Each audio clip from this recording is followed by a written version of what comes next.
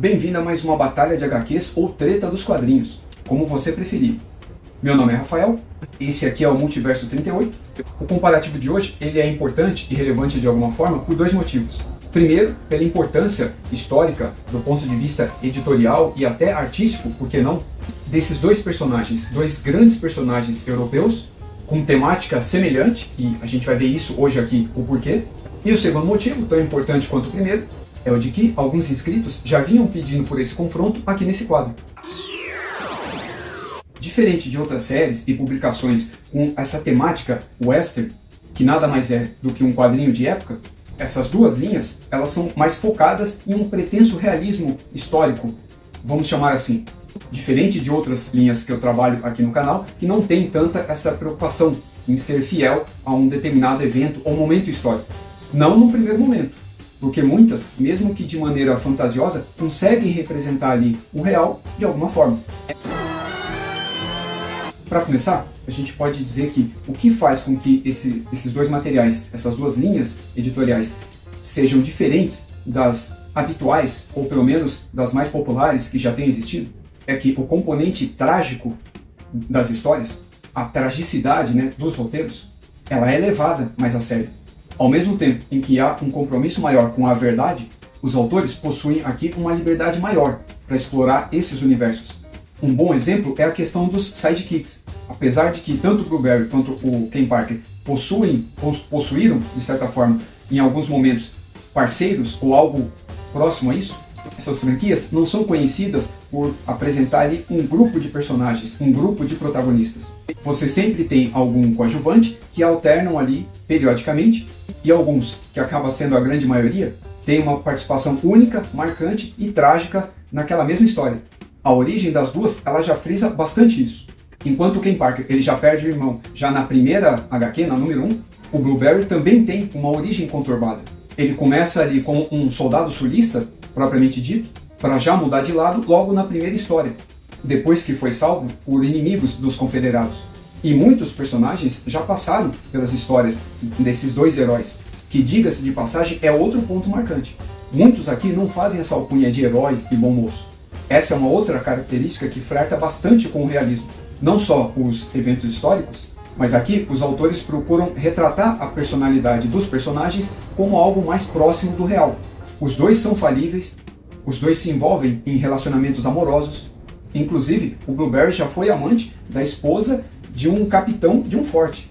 Os dois já trapacearam em algum momento da vida deles, de alguma forma. E mesmo as mulheres nessa história acabam, vez ou outra, encontrando um fim trágico. Fora que a questão da violência nessas duas publicações também são muito marcantes. Outra questão que vale a pena ser mencionada é a ausência de certos exageros e o elemento sobrenatural muito comum nos faroestes de uma forma geral. A gente encontra algumas bizarrices colocadas ali propositalmente, em algumas vezes até como uma função cômica, em outras de maneira figurativa, do ponto de vista artístico mesmo, para representar ali o que está sendo dito em um recordatório, por exemplo. A versão mais contemporânea do Blueberry, por exemplo, nela a apresenta de um autômato, algo que seria impensável para a época, mas que, de certa forma, já passa a aproximar esse material a um estilo de steampunk. Ele está ali presente muito mais como um alívio cômico, do que algo determinante para a história.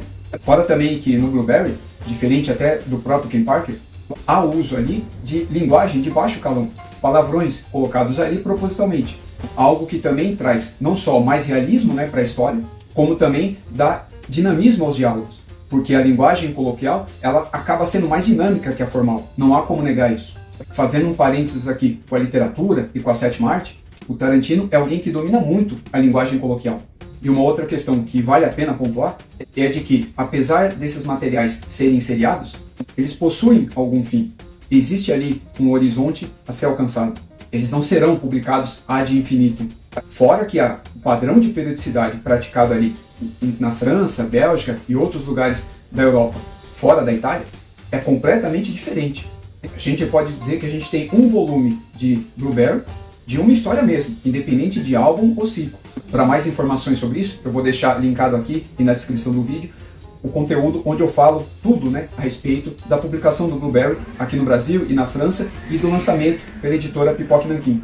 tanto na França quanto na Bélgica, a gente pode ter uma série de 3 álbuns publicados ao longo ali de 10 anos, sendo que cada um deles não chega nem a 100 páginas. Esse é um padrão muito comum lá, enquanto na Itália não. A série do Ken Parker, que na verdade é uma só, ela possui em média ali 100 páginas por edição, originalmente preto e branco, e que, diferente de Blueberry, esse é outro dado marcante, ele procura trabalhar com histórias fechadas. Você tem ali um determinado arco, mas cada edição procura ter começo, meio e fim. Já com Blueberry não. Você tem ali uma edição que faz parte de um arco maior e que a história não se conclui nas edições e que só um ano depois ou mais você vai ter acesso à continuação dessa história que pode ainda não se concluir. Em relação aos criadores, ambos aqui eles merecem ser celebrados, ovacionados. Eu faço até orações para o Berardi. A dupla criativa do Tenente é fenomenal, mas o destaque acaba sempre indo para a arte do Moebius, que já chegou a roteirizar também alguns materiais. Já com Ken Parker, eu acredito que a popularidade, se ela não for ali bem dividida, é o roteirista que acaba se sobressaindo. Eu ouso dizer que o Berardi é um dos maiores, até o momento, roteiristas de quadrinhos de todos os tempos. Tamanha é a habilidade e o compromisso do escritor. Ele realmente se dedica a fundo ao que ele faz. Mas a arte não fica atrás não. O Milazzo, para mim, está entre os grandes ali da nona arte. E o Ken Parker, ele só se parece com o Robert Redford apenas no traço dele. Eu sei que o páreo é duro, e vocês esperam uma posição minha, né, em relação a essa disputa. Racionalmente falando, eu diria que há um empate aqui. Mas eu confesso que a paixão acaba me levando um pouco mais para o lado de Ken Parker. Mas não a ponto de negligenciar o material franco-belga, porque na atualidade são eles que produzem os melhores faroestes do momento. Então foi isso, espero que tenham gostado aí de mais um quadro e que tenha ajudado vocês a entender como funcionam a estrutura e a dinâmica dessas duas publicações, que possuem formatos de histórias, inclusive, completamente diferentes.